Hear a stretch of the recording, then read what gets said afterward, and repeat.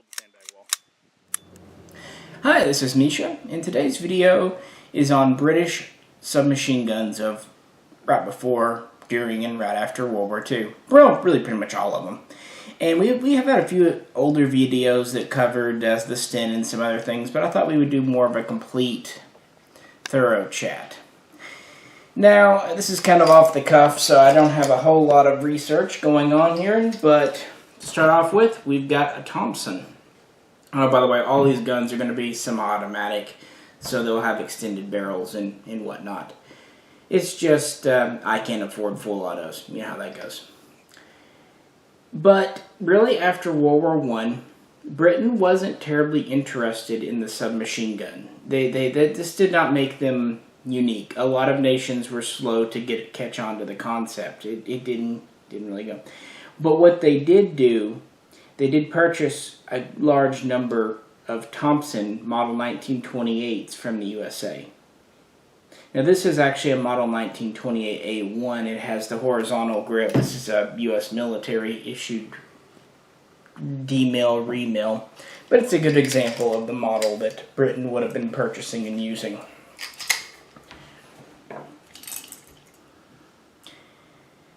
This is very obviously a peacetime style of Thompson with all the bells and whistles. It has the detachable buttstock. It has the adjustable ladder,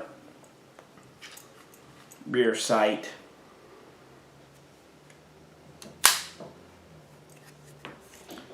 Originally these fed from 20-round box mags or drums, with most militaries using the box mag because of obvious reasons. Drums were heavy, expensive, more fickle. The 20-round mag, while limited in capacity, was at least reliable, affordable, and easy to reload.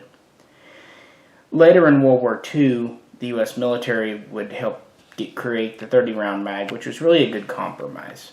But for the earlier guns that Britain would have been buying, it would have had the 20. This has the ribbed barrel. This was done for cooling purposes, and honestly, probably because it's aesthetically pleasing as well. And finally, they would have had a cuts compensator on the end of the barrel for recoil control. Not that there's much recoil coming out of a 45 caliber carbine that weighs 10 frickin' pounds. But yeah, originally, Britain thought the few submachine guns it needed, it could just buy from the USA. Just there wasn't much need, they felt, and sorry about that. What they did need, they could buy from the US. But then 1939 happened, war was kicked off with Germany, and they quickly realized they needed submachine guns. They lost a lot of weapons at the Battle of Dunkirk, and the threat of a German invasion of the British Home Isles was very, very real. So in 1940, and by the way, we have other videos on this Thompson, and it is in our US submachine guns video, so for more info, check that out. I just wanted to bring it out to show with the British guns. In 1940, Britain basically had a crash course program to develop its own submachine gun. You had two factories that mostly undertook this. You had the Royal Small Arms Factory at Enfield, and you had the Sterling Arms Corporation. What Sterling came up with was this weapon here, the Lanchester Mark I and later Mark I Star submachine gun. Unlike the Thompson, which fired 45 ACP, this fired a much more common 9mm Luger parabellum round. And this is basically an exact clone or copy of a German Bergmann MP28. They were copying a tried and true design. Made sense.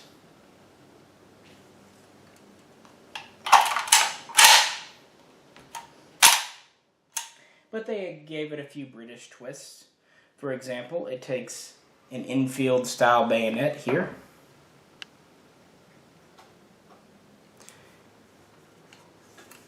Have a full shroud. Remember the shroud, it'll come back to play later. The early versions had an adjustable rear sight. Later versions had a much more simplified rear sight. A few different styles of cocking handle were used. It disassembles the same as a MP28. And it feeds from MP28 style magazines. These are double stack single feed mags. And originally the Lanchester was issued with these long 50 rounders. Great for capacity, but I'm sure you can see the issue. It's ungainly, it's easily dented, and reliability suffers. Moving back, we have a buttstock, contoured very much like an infield bolt-action rifle, complete with the infield style butt plate with trapdoor for a cleaning kit. Finally, this was fitted with an infield style sling. So it was a copy of a German submachine gun with several little British twists and turns. Initially, 50,000 of these were ordered, and they were going to go to the Navy and the Royal Air Force. The idea was these would be used to guard aerodromes and other facilities. However, by the time this was actually in production and ready to go, the Royal Air Force had moved on to other designs, leaving the bulk of these to go to the Royal Navy. And they would produce, and I should have looked at the number, I do apologize. Like I said, the initial number was 50,000.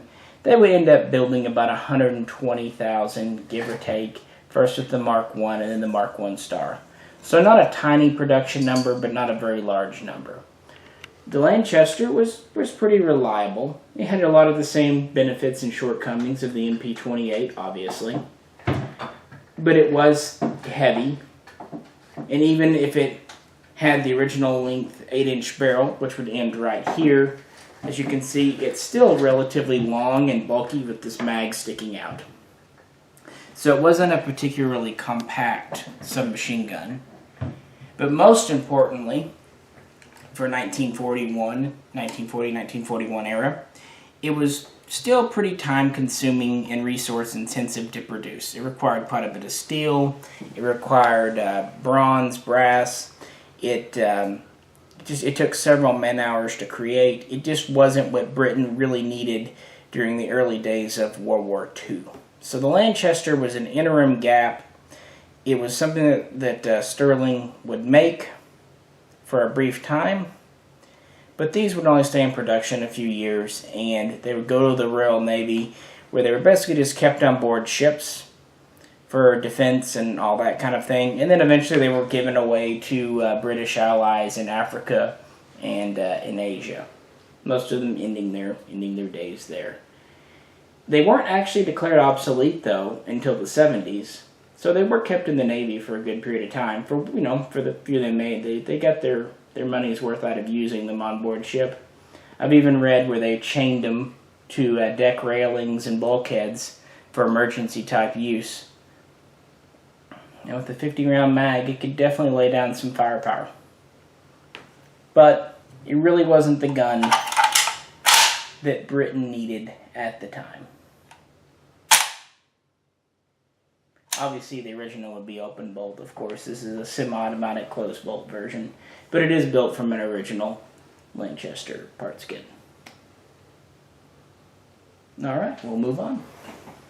And now for our main event, the Sten gun. And we'll look at 2 or 3 different versions of this. While Sterling released the Lanchester in August or September of 1940, so they got it out pretty quickly, to their credit, but they were just copying. Enfield was working on a British submachine gun, and this is what they come up with. This was developed by Major Shepard Mr. Turpin, hence the S and the T in the name with the EN standing for Enfield. This is, common, but that's where Sten, an acronym, comes from. And they made this very quickly. It was very impressive. By January of 1941, working prototypes were available. And by June of 1941, the first version, the Sten Mark I, was officially adopted and put into production. Now, I do not have a Mark I, but we'll flash up some pictures of it. Kits for those are exceedingly rare, if not impossible to find, because most of them were changed, altered, or just destroyed later. The Mark I, while still being very cheap to produce compared to the Lanchester and other submachine guns, it had a few refinements still. It had a very basic flash hider that kind of looked like a spoon. It had a foregrip, earlier made of wood, later of metal. And it had a full-length shroud and a slightly more fancy buttstock. They would produce about 100,000 of the Mark I before they would switch to the Mark I Star, which was a simplification of production. They would delete the flash hider. They would get rid of the foregrip, and they would start to simplify the buttstock. They would produce, most sources say 200,000 of the Mark I Star, but I'm not entirely sure if they're also counting the Mark I in that number. So let's say another 100,000 to 200,000 of the Mark I Star. And these would all be built very rapidly in 1941. At the outset, it took about 12 man-hours to create the Sten gun. Now, the Mark I series had a full-length receiver shroud, it had a fixed 8-inch barrel, and it had a fixed mag well. Well, coming out next, right after they adopted the Mark I in June, they started testing the Mark II in July. And it would be adopted in August. And the Mark II was primarily designed from the outset for use by paratroopers, whereas the Mark I was primarily designed for use by ground forces. Actually, the first Mark IIs would be produced in Canada at the Long Branch factory. But very soon after, production would begin at Enfield and Fazakerley and BSA and many, many others. The Mark II is what I'm holding here, although a semi-automatic version thereof. The Sten was based on the Lanchester, which was based on the MP28. It's really just a very simplified, very stripped down MP28. We still feed from double stack single feed magazines, but now they've been shortened down to 32 rounds. We have, originally we would have an 8-inch barrel, which come out to about right here. All of these are going to have 8-inch barrels. Actually, it's like 7.8, 7.9. That's just the length that they settle on. And to be fair, that's really about perfect for the 9mm cartridge. It has a short barrel shroud, as you see here. And unlike with the Mark I, this barrel is easily removed for paratroopers. Something else they did, sorry, this mag's a little sticky because it's been refinished. Get over this way where I can get some leverage on it. There we go. They made the mag well able to rotate downwards for storage. Now when it's down here, you really can't put a mag all the way in. You can seat it in, but it's not held in, latched in. It pulls out. So this is also kind of doubling as a safety. You do that. You would also pull this down here. This unscrews, although this one again is really tight. Like that. And then you would just unscrew this off and your barrel would pull out. So you could compact it down. And of course, like all these guns, the stock just slides right off if you push this button. And then you can disassemble it. There were a few variations in the Mark II. This one, as you see, actually has a bronze bolt bronze or brass. People debate the material. I'm not a metallurgist, nor do I really care. But a non-steel bolt. There's actually stories about them using this because of silencers, saying it's quieter. There's also stories saying they used it because of resources, steel not being readily available. Either way, it is what it is. There's also a notch back here to safe the bolt with. And the Sten gun, and one little flare, was actually select fire. You could push it over here for full auto, or the selector over there for semi-automatic. That's one. It wasn't just a full auto only gun, although sometimes the selectors weren't 100% reliable. These guns were rushed out, and that's to put it mildly. We still have a machined receiver tube, but a lot of welding going on. We have a simple fixed rear peep. We have another fixed front blade welded up here.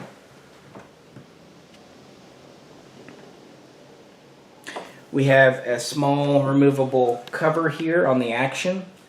Some of them were held in with dimples. Other ones like this one are actually have little screws to keep the cover, I guess you might call it a dust cover, on the action. Very simple trigger. Lots of stamped and welded parts on this gun.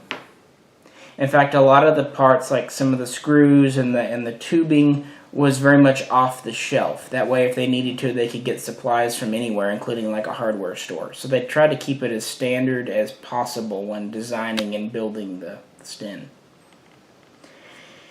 A few different styles of stocks were used on the Mark II and later Mark IIIs.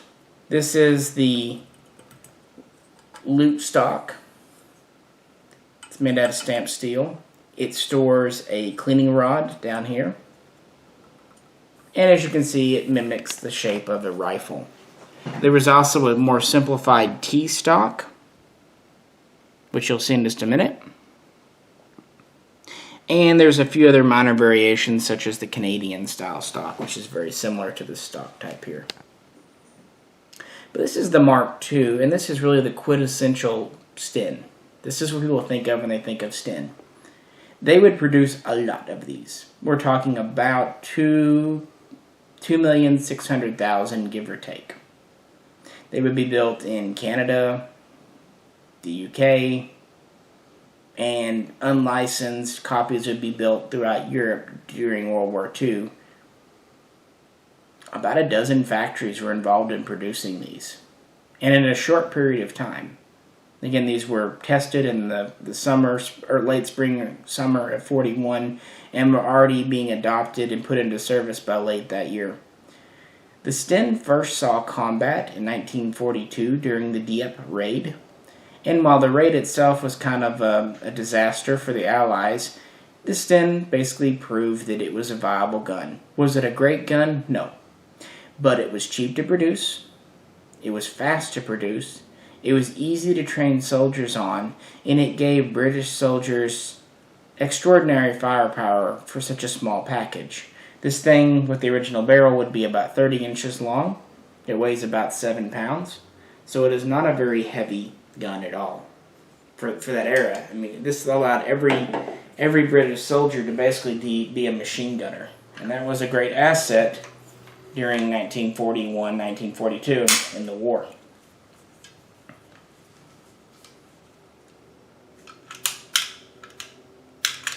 And again, these were designed for paratroopers primarily, although many Mark IIs found their way into the hands of infantry and other units.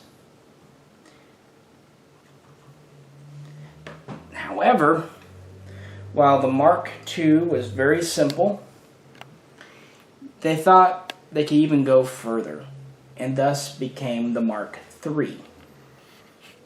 This was adopted in April of 1942 as an even more simplified version, and really it's based on the Mark I. It has a lot of the same features of the Mark I, just has a lot of the simplifications. We have a full-length receiver with a full-length shroud. If this was an original, the barrel would end right about here, just an inch or even less sticking out. We have a fixed mag well. It does not rotate.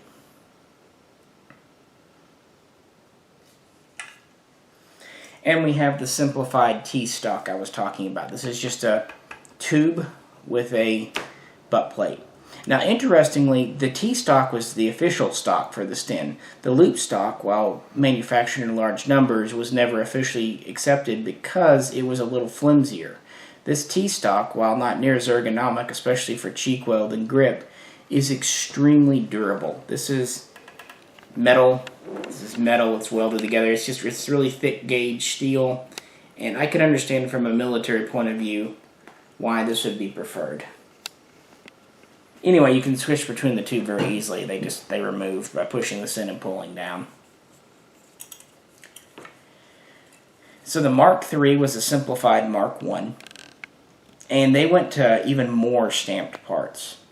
On the Mark II, we still had a machined receiver tube. Now on the Mark III, and this is a semi-auto tube, so it is what it is, but the original Mark III would have a stamped receiver.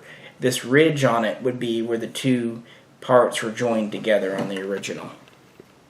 This is a reproduction, of course, but it goes to show you. They would be able to cut these down to only having two actual machined parts, the bolt and the barrel, with a total parts count of 47, and they could produce these in as few as 3 man-hours. Now, the Mark III was produced by a company called Lines Brothers Limited, and they would build about 900,000 during World War II. Not near as many as the Mark II, but still, nearly a million, a respectable number. And these were designed for infantry. They were a little bit more reliable. They were still feeding from the double feed, double stack mag. But because we have a non-rotating mag well, a little bit better reliability here. Now actually the mag in this one is a post-war conversion done to decrease the count to 20, but it's a single stack, single feed. So that was done for reliability. You can see these little brackets in it here, these little braces. It's kind of an interesting mag variant. I picked it up and put it in this one just to show you. Some other features. We have a simple fixed front sight as part of this ridge right here.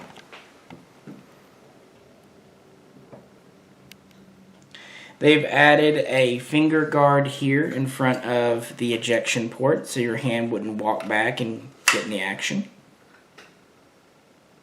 The cocking handle is a little bit different, minor differences, but there it is. The rear sight is now stamped as opposed to being machined on the first one. Same sight picture, just different simplifications there. We still have a dust cover here, but this one's held on with dimples. Still have a selector on the Mark III. They never did get away from that. Same trigger group, and I already talked about the buttstock. Now some of these would have sling swivels, like on this one, back here and up here, and some would lack the rear sling swivel. Just different variations. That's pretty much the Mark III. It's a simplified Mark I. It was made in large numbers, and this is about as simple as the Sten ever got. In a weird way, though, I kind of like this one the best when it comes to shooting. It's a pipe. It feels like you're shooting 9mm out of a pipe. But it is, because of the fixed mag well and all that, quite reliable for a Sten. But these are what they are. These were produced in the middle days of the war, 1942, 1943. And this is about as low as the Sten ever got as far as production time and cost and all that. We'll move on. And for the final version of the Sten that was mass-produced and adopted into British service, we have the Mark V. You might be asking what happened to the Mark IV. Well, it was a prototype, an idea to make a more compact version for paratroopers, airborne units, but it never really got off the ground. So we went from the Mark III to the Mark V. Also, whereas the Mark III was as simple and basic as you could make the Mark I, the Mark V was a little bit more of a refined version of the Mark II.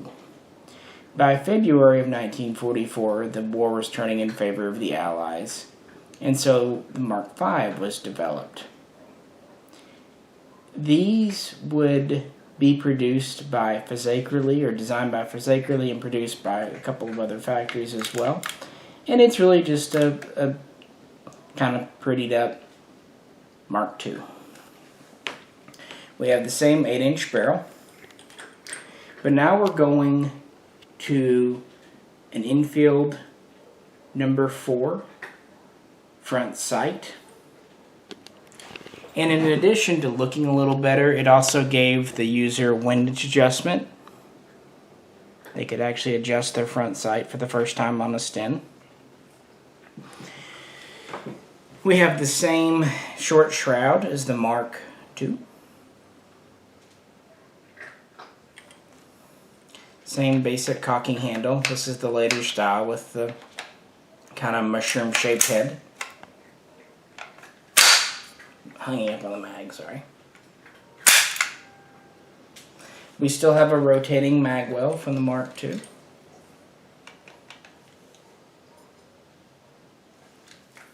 Receiver is the same. Rear sight is the same. The lower is different though, as you see, that we now have a wooden pistol grip. And because of this, they had to redesign the shape of the lower, the trigger guard, the dust cover housing, all that. Still have a selector for the fire mode, although it's not the easiest thing in the world to reach. And while the socket in the back is the same, pushing the button to pull it off, we now have a true wooden buttstock. And it has a true sling swivel on the top. We even have a trap door in the back for a cleaning kit. So kind of a return to a little bit like the Lanchester. As I joked in our first Sten video showing this gun, well, this is wood. It does look like wood made from a cut-up chifforobe. It's not the highest grade wood, but it's very functional. And the idea really was cosmetic. You had the British soldiers being issued the Mark II and Mark III, and they were looking at their American counterparts, which are being issued the M1 Garand, the M1 Carbine, and the Thompson. And basically this was a thing to make them feel like they had a better gun. And to that extent, they tried to make it look more like a Thompson. We've got a finger groove pistol grip, like the Mark 28 Thompson, excuse me, the model 28 Thompson. Wooden buttstock with storage. They were just trying to make the gun look a little fancier. This was also the first gun to go to the now kind of famous, ubiquitous British Sunkerite or paint over parkerization style finish. Before that, they would be chemically blued. Now, one other feature that the Mark V had, there's no good way to set these. We were just discussing that off camera. I guess I'll pull the mag out. No matter how you turn this gun, something is sticking out. One other feature of the gun, and this is an original barrel, as you can see, front sight here, it has bayonet lugs. It takes the same bayonet as the Mark IV infield. This is the pig sticker one. It'll also take the blade one. Cosmoline. But yeah, this was a Sten gun that could take a bayonet. And that was pretty much the Mark V. In 1944, 1945, they would produce 525,000. And that would run the war out. Even though production would end with World War II with the Sten gun, it would stay in service throughout the 50s. It would actually be reclassified. The Mark II would become the L50, the Mark III, the L51, and the Mark V, the L52. These would stay in service through the 60s. In fact, quite a few Sten guns were used in Vietnam by Australian and even American forces. And eventually they would be retired out, declared obsolete by the British in the 70s. So the Sten gun, even though it was rushed into production, really even through development, would stay in service for 30 plus years in Britain, and in other nations even longer. It was one of those guns that soldiers loved to hate. It wasn't foolproof. It was very crude, especially earlier versions. But it worked, and it gave the guy a gun. That said, safety wasn't always great. As time would go on, they would actually make safeties to press into the bolt and stuff. But early on, you just had the holdback safety in the receiver like this. The problem was if you dropped the gun on the ground, this could be jarred, and since it was a fixed firing pin gun, you could have a runaway fire. This happened as late as the 50s in places like Korea.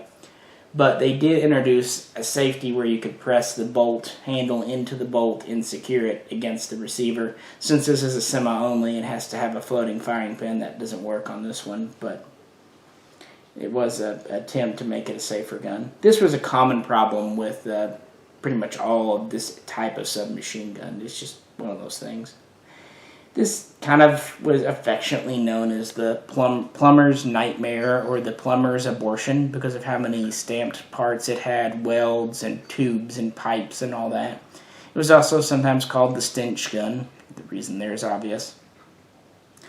But again, it gave the British Tommy a effective little machine gun at a time when his other option was an infield or maybe nothing at all. So I just thought we'd do a little more in-depth talk about the infield series itself. And now we'll move on to what replaced it. Before we move on, I wanted to mention one thing about the Sten gun that's kind of interesting, and we'll hopefully be flashing up some photos here so you're not just looking at me. But Nazi Germany would actually copy the Sten. In 1944, Mauser would produce 28,000, give or take, mostly exact copies of the Sten gun. This was well suited to them because it was an 8mm and it used common mags. It could use the same mags as their MP40, which is based on the MP38, which is based on the MP28. So there's a whole lineage there. Then in 1945, they would make another 10,000 of what they called the MP3008 or MP3008. This was basically a Sten gun, yet it was a vertical magazine fed versus horizontal. So it's kind of interesting that as Britain was getting away from producing the Sten gun, Germany would go to it because it shows how their positions were reversed. Early on, Germany had the resources and was on the attack.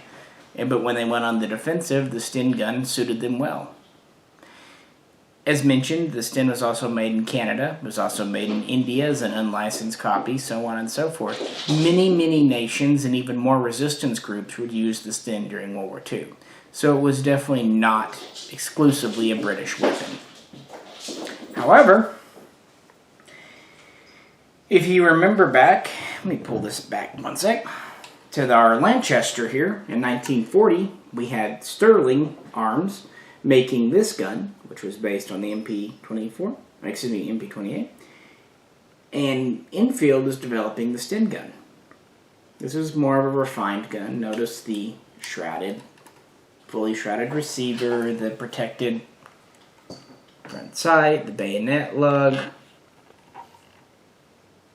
so on and so forth. Well, in 1944, as I'd already mentioned, the Mark V Sten came out. Yet, Sterling had not given up on the submachine gun. By that point, the Lanchester was no longer being produced. But this would come to be because of what happened then. This is a Sterling Mark IV. Actually, this is a Sterling Mark VI because it's a semi-auto. But, to get going, in 1944, a gentleman by the name of George William Patchett developed the Patchett Mark I submachine gun, and he worked at the Sterling factory. The Patchett submachine gun, in a nutshell, was designed to address all of the issues that the Sten gun was having. And since the Brits were winning the war at the time, he could indulge himself and make a more refined submachine gun. Now, the British military would acquire about 120 Patchett Mark I prototypes before the end of the war, and there's rumors that the paratroopers would use them in Operation Market Garden. This could be true, but I've researched it. Most of the pictures you see are actually not from Operation Market Garden with the Sterling, the Sterling submachine gun, the Patchett, the Mark I. They're actually from training. They definitely had about 100 that they were trying out in 1944 and early 1945, but it doesn't look like the Patchett really made it into combat. If it did, only a handful. But the prototypes were available before the end of World War II. However, end of the war, Britain's not really interested in another submachine gun. They have enough Stens, they have enough other guns, the military's budget is slashed, the government changes, defense spending, as I said, went down. So really the idea of adopting a better version than the Sten kind of gets put on the way back burner. Everyone knew the Sten was a wartime expedient, and that something better could come along, but yeah. In 1947, they hold a round of trials for submachine gun. The Patchett, he submits his design. Again, it does very well, but they're still not ready to adopt. Keep in mind, in 1947, while most of the world is switching over to a semi-auto rifle for standard issue, Britain is still issuing the old bolt-action infield, a gun originally designed in the 1880s. Obviously with many updates, but still, the core gun is from the 1880s. Well, finally in 1951, they get serious. The Korean War is going on. The Sten gun is continuing to have some issues there, mainly to do with safety, also to do with weight and all that.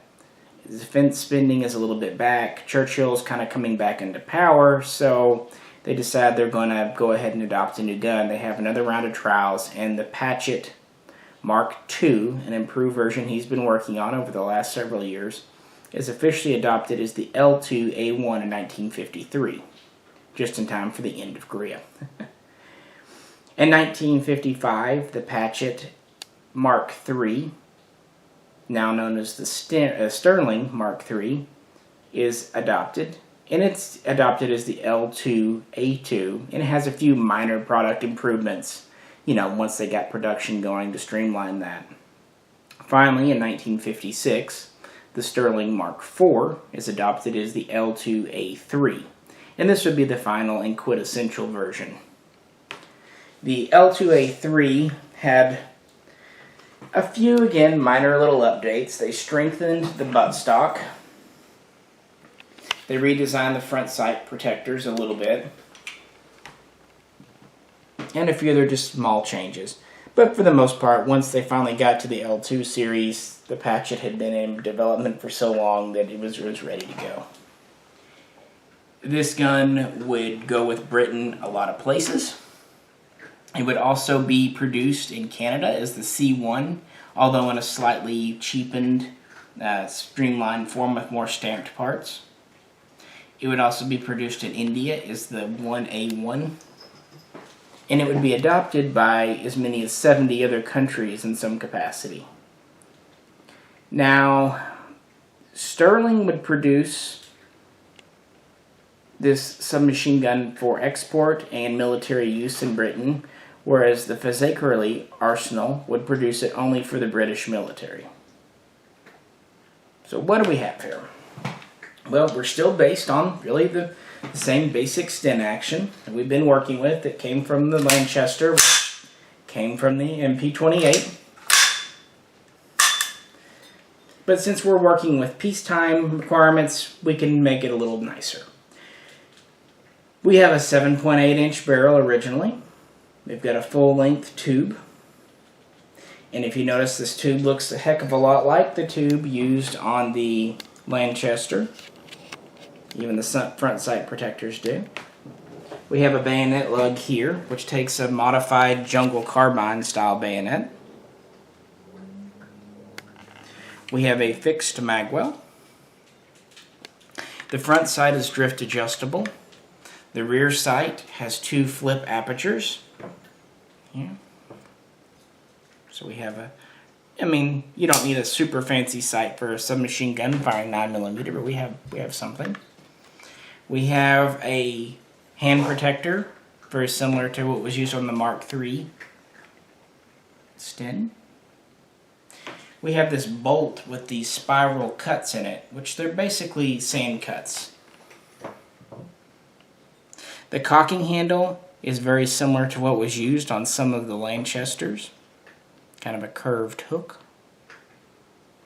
We actually have a real pistol grip. This one's made of Bakelite type material. We have a safety fire selector here. Since this is a semi, we just have safe and fire. But a military version would also have a 3rd position for full auto. Get out of the way, sling. Very ergonomically placed. We have a nice redesigned trigger. It's very well shaped. And we have this folding buttstock.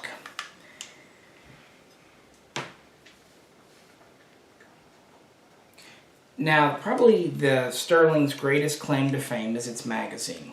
It can feed from Sten mags, no problem there. But what it was designed for was this mag here. This is a double stack, double feed mag. It's curved, as you can tell. It holds 34 cartridges. And it has these awesome rollers in it. It also uses a round type spring versus just a standard one.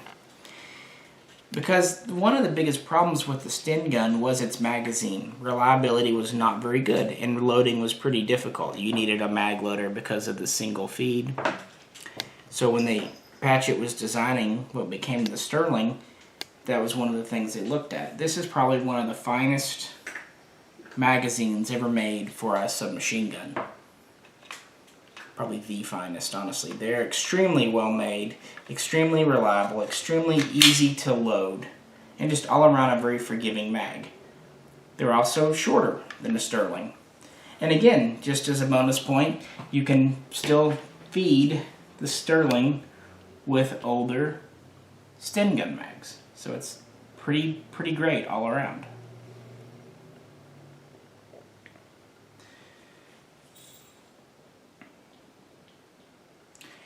Now this folding stock is a mixed blessing. It is pretty time consuming to get to. It really is. You have to press this in, press the button on the bottom down. It's actually very hard to do on camera. There we go. Fold this. Now there's a button in here you press.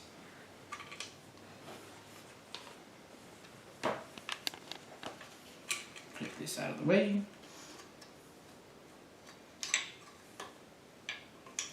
And then it locks into the receiver. You can even use this as kind of a foregrip if you want. And then to release it, you pull this down and it comes off. And you repeat the whole process over again.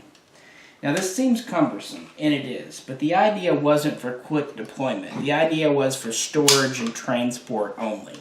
So it wasn't expected to be done frequently, really. In addition to being more reliable, it's actually still faster to put back.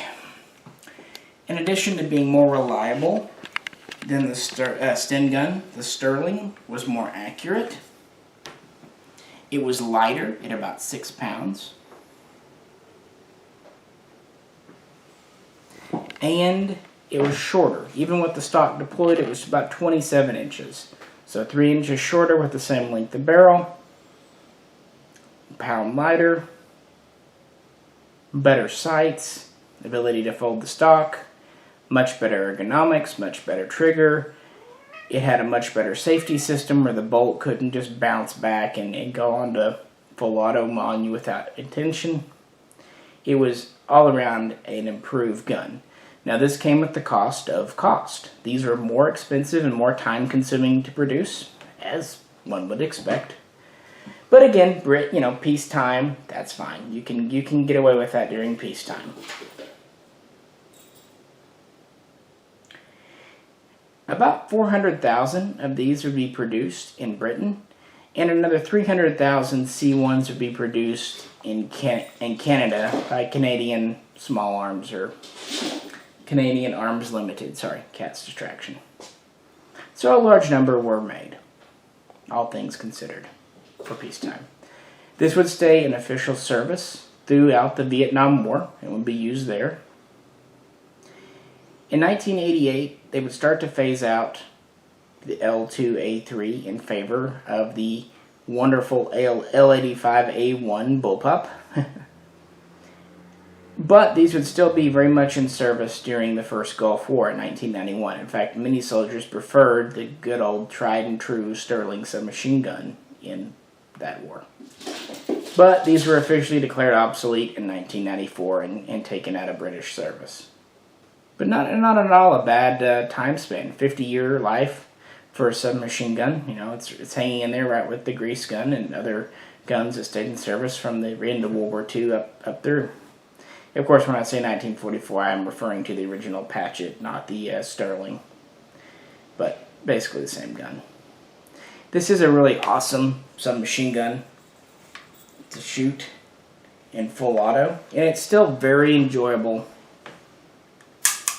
in semi. This is a Mark VI, imported back in the 80s. It is built by Sterling, it was built by Sterling.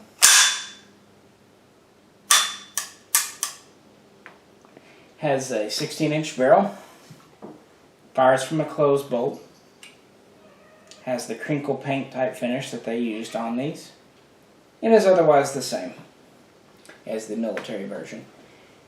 In total, Sterling would build about 6,000 semi-auto submachine guns, with about 1,600 getting exported over here to the USA.